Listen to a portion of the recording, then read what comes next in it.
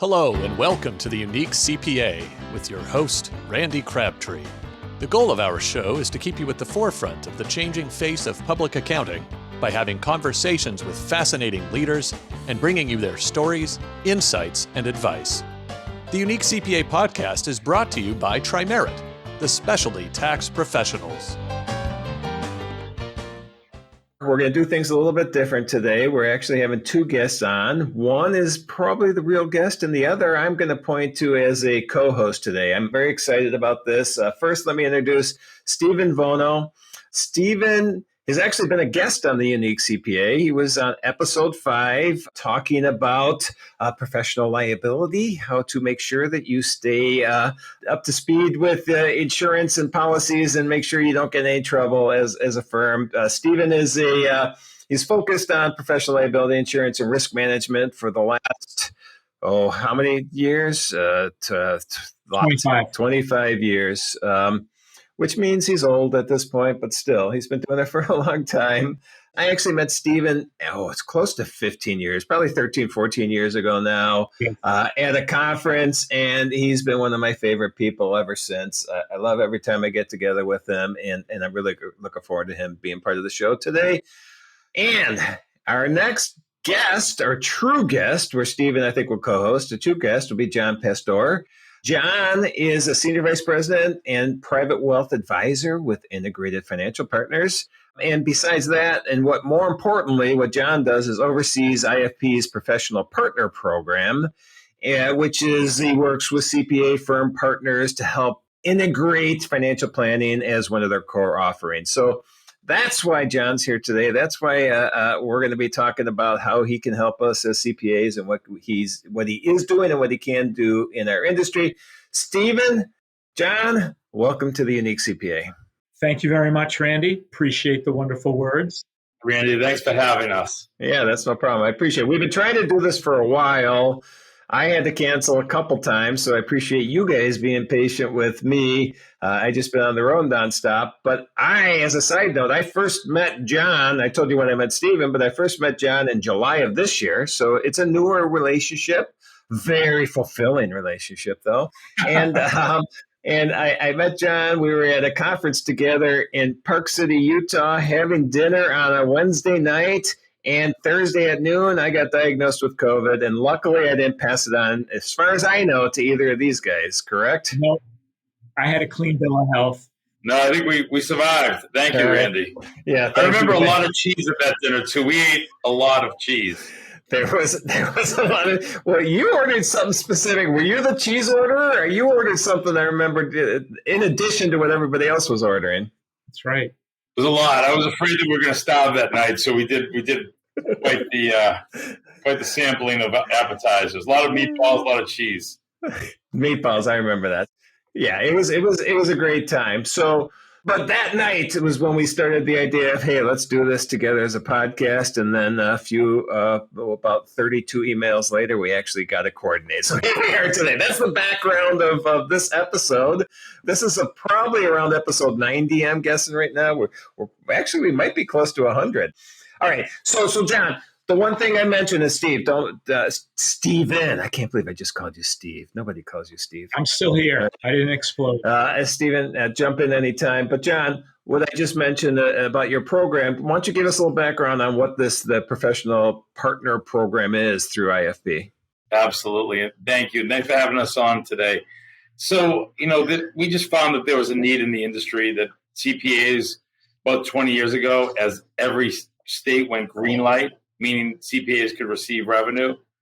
There was some big players. There was HD Vest. There was First Global back then. And we said we wanted to take a little bit of different approach. So what we did is we just got 40 CPAs or 50 CPAs in a room. We bought them lunch, and we asked them their opinion. And they told us, you know what? We really don't want to do this by ourselves. We actually want to do it with a partner. And that was the genesis of our alliance with CPAs, and it's taken off since then. But I think we started with an idea of we want to make an organization that is unique and really helps the CPA, and it's where a CPA can be a CPA and then offer financial services. I think a lot of our competition to this day wants to make a CPA into a financial advisor. And as you both know, CPAs are a little busy. So it's kind of tough. It's kind of hard to be both. So that's the genesis of the CPA program. It integrated in our name is truly, really the description of what we do. We integrate partners together for the betterment of the client. And when everybody's looking at a client situation from a cross-disciplinary basis, client benefits. And we've been building successful partnerships since then.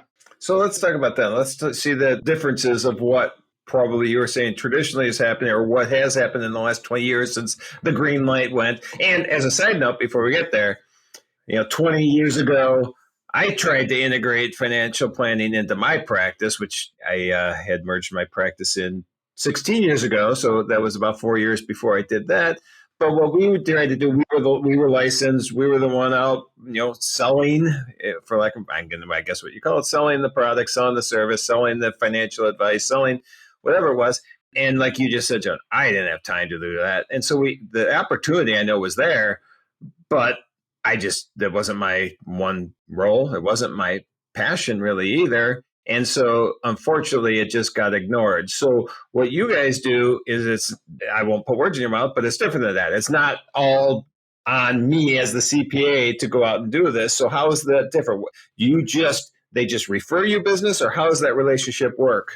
It's a great question, Randy. It's, we build what we call a co-source. We put the advisor inside the CPA firm. Let's face it, what's one of the biggest challenges that CPAs have today? Staffing. Well, people, yeah. Yep. Yeah, people. No, we hear that a lot. Staffing is a very big issue. And to Randy's point, he just didn't have the time to do it. And I think what we're getting into is a little bit of a deeper dive to your earlier comment, John, about when you did the survey with 50 people in the room and they said, we don't want to do it. This is the it. And you guys are providing a way to help the CPA firm kind of grow their revenue with a new revenue stream, which, by the way, financial services, many CPA consultants, name any top person that is maybe in accounting today or, CPA journal, they're all saying that accountants, if they want to increase their revenue stream and kind of diversify, they need to think about ways to include financial services in their repertoire, right? So we hear that a lot. So go. There's no doubt. I mean, at the end of the day, they need to make more per average client and not do the work, right? And if you think about it, their clients are leaving their office and they're going somewhere to get their financial services done. Or even worse, they're doing it themselves or they're not doing it. So if you really think about it, bringing it in and having a trusted advisor that works as a team member to the CPA firm it just works fantastic. And the clients are comfortable. They understand the setting. They're comfortable in the setting. It's a warm relationship from the get-go. So we realized that the co-source where we provide the marketing, the compliance oversight, the case design, all things that are needed to get the CPA practice a turnkey solution. We realize that, all that is important, but most important is providing the well-trained, credentialed, tenured advisor to execute that works out of their office. I mean, Zoom has come a long way. You wouldn't be able to tell that from today's Zoom meeting, but in most instances, it works out fantastic.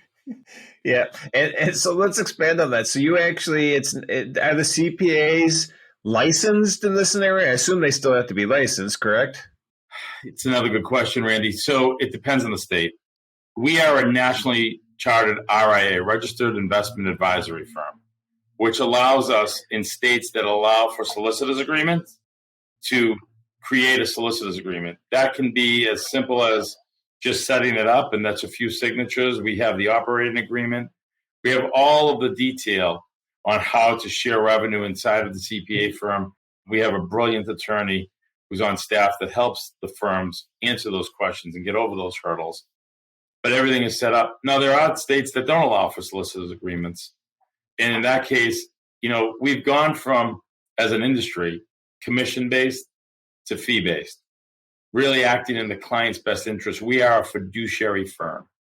right? So what does that mean? That means we always have to act in the best interest of the client, and a fee-based approach, whether it be fee for management or fee for planning, can be shared through one simple license, which is the Series 65 in most instances. So even that used to be you had to get a Series 7, a 66. Everybody that was getting it had to do it.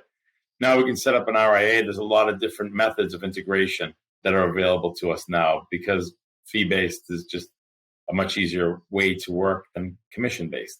And I would add, as a risk manager, that I like that approach better. So when John, if any accountant comes to me and says, hey, we're working with IFP and John is helping us to make our clients more financially sound, I appreciate that because it lowers the risk. It's a less riskier environment to operate as an RIA as opposed to a commission-based product like a registered rep situation. And Randy, you might not know the stat that we haven't had so much as a letter of complaint. We've been doing this over 20 years in any of the CPA firms that we work with. I think it has to do with we're fee-based.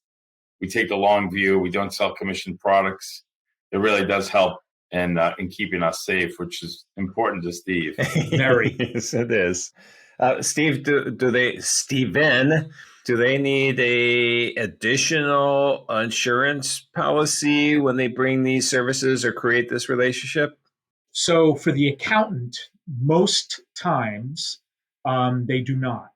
And we ask a few questions about how the relationship is set up. And in most cases, the accountant's professional liability policy will cover that type of a relationship because the reality is that they, as the accountant, they're the relationship manager. They introduce their clients to the folks at IFP, to John. Mm-hmm. John and his staff are doing all the financial advisory work, the nuts and the bolts of it. So most of the time, not all times, depends on the insurance company and the policy form, but in most cases, the accountant's professional liability insurance policy will cover this type of a relationship. And, there are capacities around that, meaning the type or the amount of revenue generated. If they're generating over 500,000, then we might have to look a little deeper. But if it's less than that, in most cases, they're good. All right. And then, so let's get into that relationship then. So we got to the point where we have this, we integrate the advisor in with the CPA. They're in office, it sounds like, and then getting referrals from the CPA or they're there on the CPA's behalf. One, do I have that correct? And then how financially does that work for the CPA? So it's one of the most important questions. So I'll answer with a couple key points. One is that we split the revenue 50-50 with the CPA firm. So a dollar is a dollar of revenue. That goes through our grid. I mean, no one gets paid out in our industry at 100%. But despite that, the simple math, 50% through a grid. The bigger issue is the stream of income. Because right now, for a lot of CPA firms, the revenue from financial services is selling at a higher multiple than their own practice. So we want our partners to have ownership of that revenue stream. And what we do is we give that them ownership through our through the way that we contract with them. We want them to be partners. We want them to be owners. We want them to grow the value of their business in the long term. Not all of our competition does that, and everybody's aware of it. Everybody's aware of the end game and what these practices sell for. So we make sure that our partners are a part of that, as well as the ongoing revenue stream that's generated from the relationships to the fee-based planning. So when you say ownership, then, is this a separate LLC that CPA owns half and IFP owns half, or how does that work? Or advisor owns half, or how is that? What's that ownership mean? It depends on the size of the firm, right? So if we're talking to a small solo practitioner or a couple partner firm, usually they join in, they enjoy the revenue.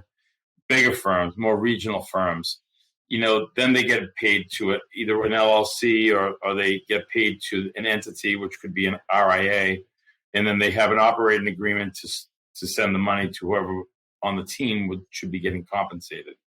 So we help them with that. That's one of the more complex parts of this, Randy, but it's also one that we're very well versed, and we have a team to help them with that correct flow of the revenue. Let's face it, heavily regulated industry. We want to make sure that they operate safely. That makes sense. And I'll add to that by saying we actually just renewed a good size $30 million firm, and they are working with John. And what they did was they started another entity, and it was the name of the accounting firm, and then at the end of the name, it's called Wealth Management Services. And we add that to the professional liability insurance policy. And again, it's very doable. So we just kind of have to look at things on a case-by-case basis to assess the risk and then figure out how to move forward. Okay. And then one thing, John, you mentioned is the value, which is important. And you had mentioned the value of this ends up being a higher multiple probably of revenue than the CPA firm in general. Is that what you see in this situation? It is. I mean, let's face it, what's the multiple for a CPA firm right now? So it's not too hard to hurdle that, right? Right. But I mean, financial services, a well-run practice in the CPA world is probably selling for 1.25. Yep. Maybe a little bit more than that. Maybe I'm being a little bit stingy there, but maybe at 1.5. Yeah, private equity might be changing that a little, but it's still not. Yeah, you're right. That, I mean, traditionally it's been 1.25. Maybe it's gone up a little bit, but yes, you are right. Yeah, so we're looking, and again, private equity has changed that on our end as well. So, typically a direct sale to another financial advisor, it's somewhere between 2.25 to 2.5. But even that multiple is growing and growing considerably because it's reoccurring revenue. Right. And then that's the other thing. Besides that, it's just so, and you mentioned it earlier, John, too. One, just in general, most industries, CPA not being exempt from this and probably being more affected from the employee issues. People are just not going into the profession as much as they were in the past. Enrollment in universities is down. Enrollment or people signing up to take the CPA exam are down. And when people get into public accounting, they're not staying that long. They're going somewhere else. And so anything a CPA firm can do to almost generate this revenue with not having a lot of hours attached to it. And I'm guessing that's the case. If we can make money without hours, because traditionally we make money by our time, which has to change in general anyways. But this is one way that really could change. And then you've got that revenue stream. And I've talked to many firms that have been doing this for a long time. And that revenue is higher on the financial services end than it is on the accounting end often, or at least a bigger profit portion of the profit margin. When done correctly. And you know what else, too? I think what we're leaving out is, the startup cost on this with us fronting the personnel, with us, heavily trained individuals, a planning team behind them, the startup cost is extremely low. And the other residual benefit of that is making your clients sticky.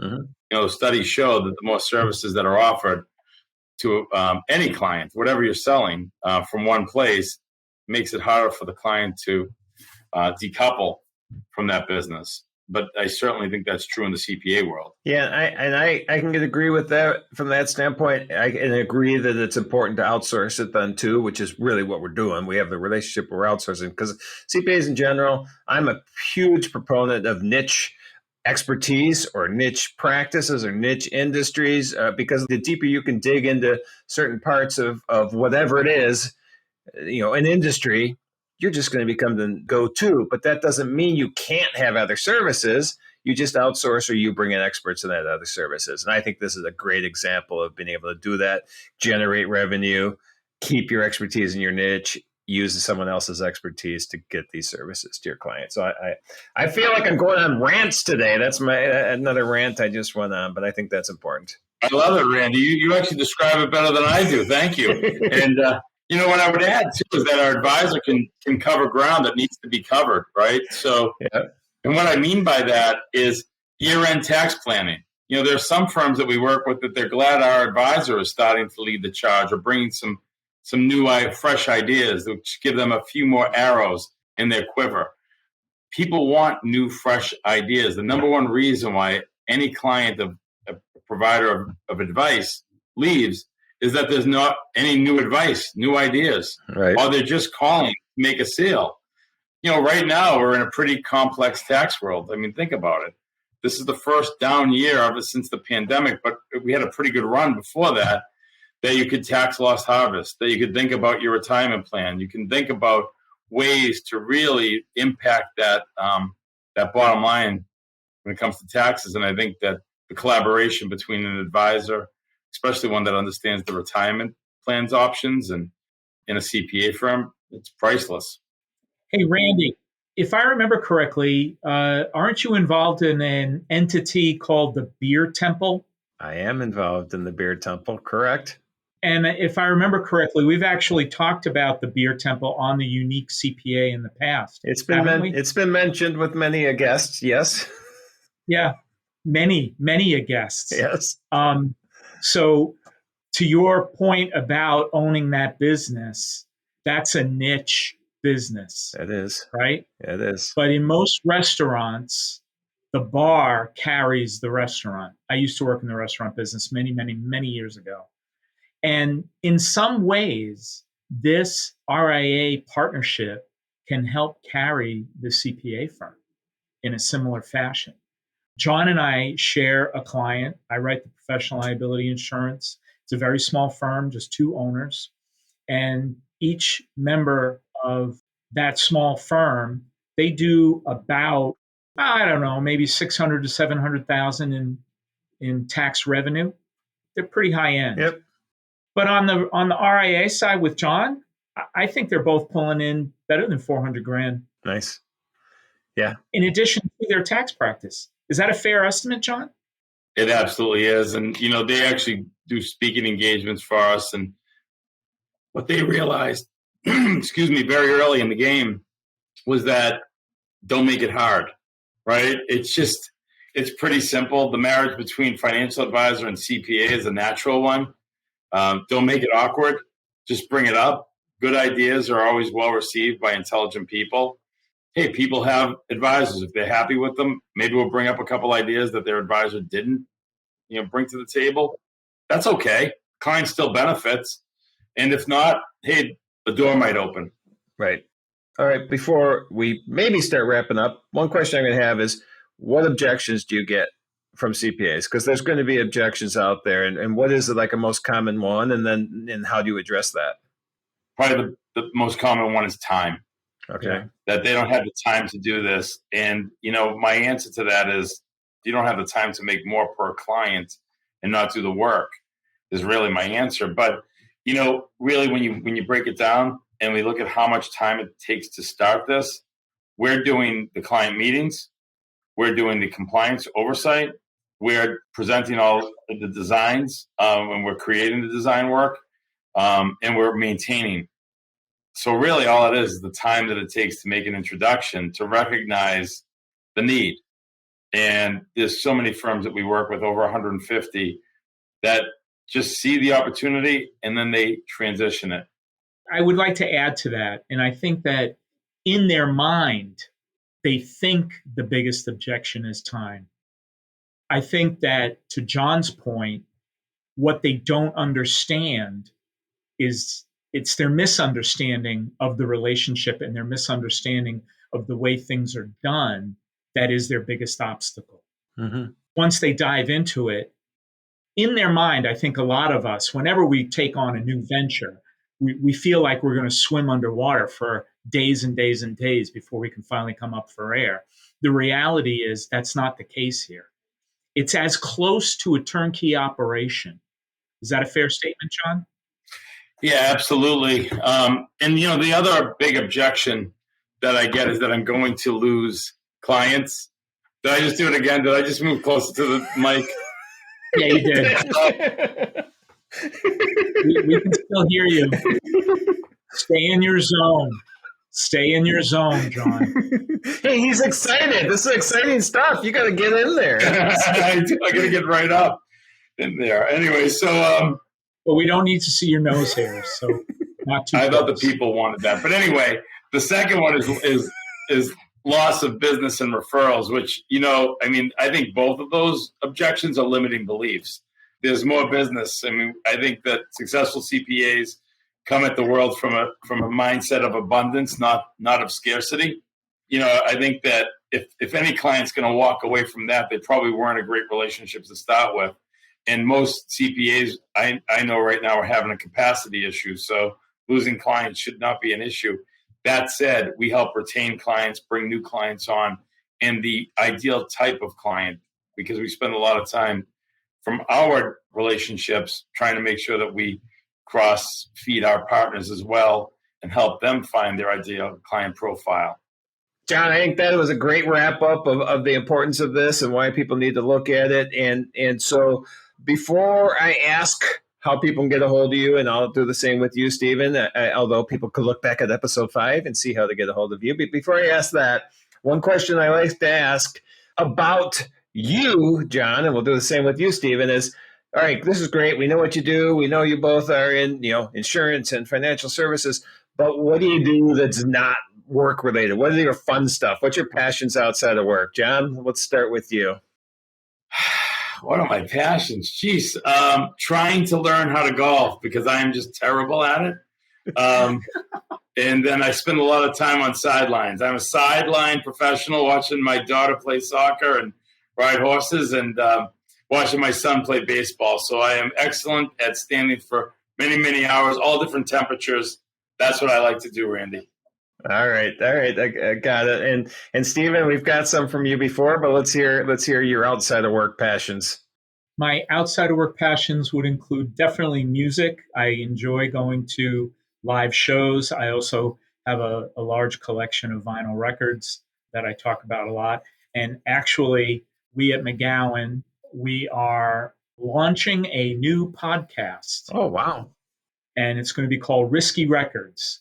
And the first portion of the show, we will be talking about risk management, how to manage risk for accounting firms, have some real good advice on things to do to lower the accounting firm's exposure. But then the guest will pick a record. I'm in a different office today, but if I'm in my home office, you would see my record collection behind me, which I've seen it.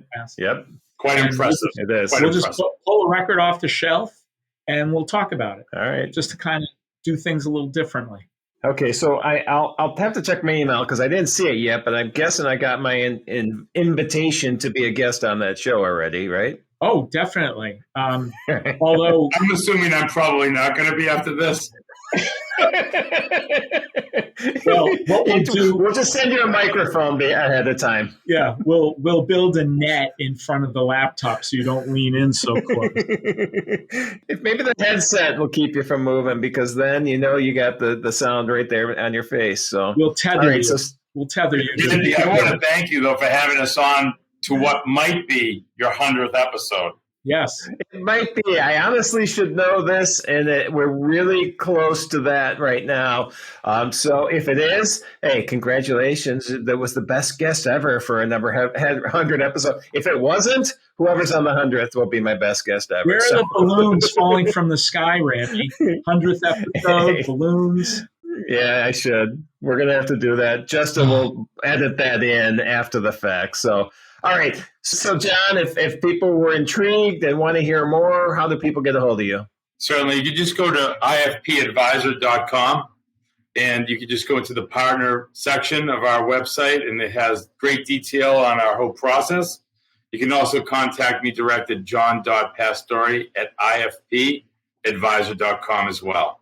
Nice. All right. And Stephen, you? Just give me a call at 508-816-9510. That number again, 508-816-9510. Stephen Vono. Awesome. As opposed to Steve. But if you call me Steve, I'm okay with it. I know, but you're Stephen to me. We've always have been. You always will be. Are you going to hug me now? I am a virtual hug through Riverside, or Little Stevie. So you're Steven or Little Stevie, one of those two. Well, if I have a harmonica in my hands, I'll be Little Stevie. All right, there you go. Well, I want to thank you both for being here today. I want to thank all the listeners for making it all the way through this episode today and with our goofiness, but we had a lot of fun today, and I appreciate everybody being here. Thanks so much. Take care, Randy. Thanks so much. I appreciate it, Randy. Thank you for joining us today on the Unique CPA. You can find all the links and show notes for today's episode, as well as more about TriMerit, at theuniquecpa.com.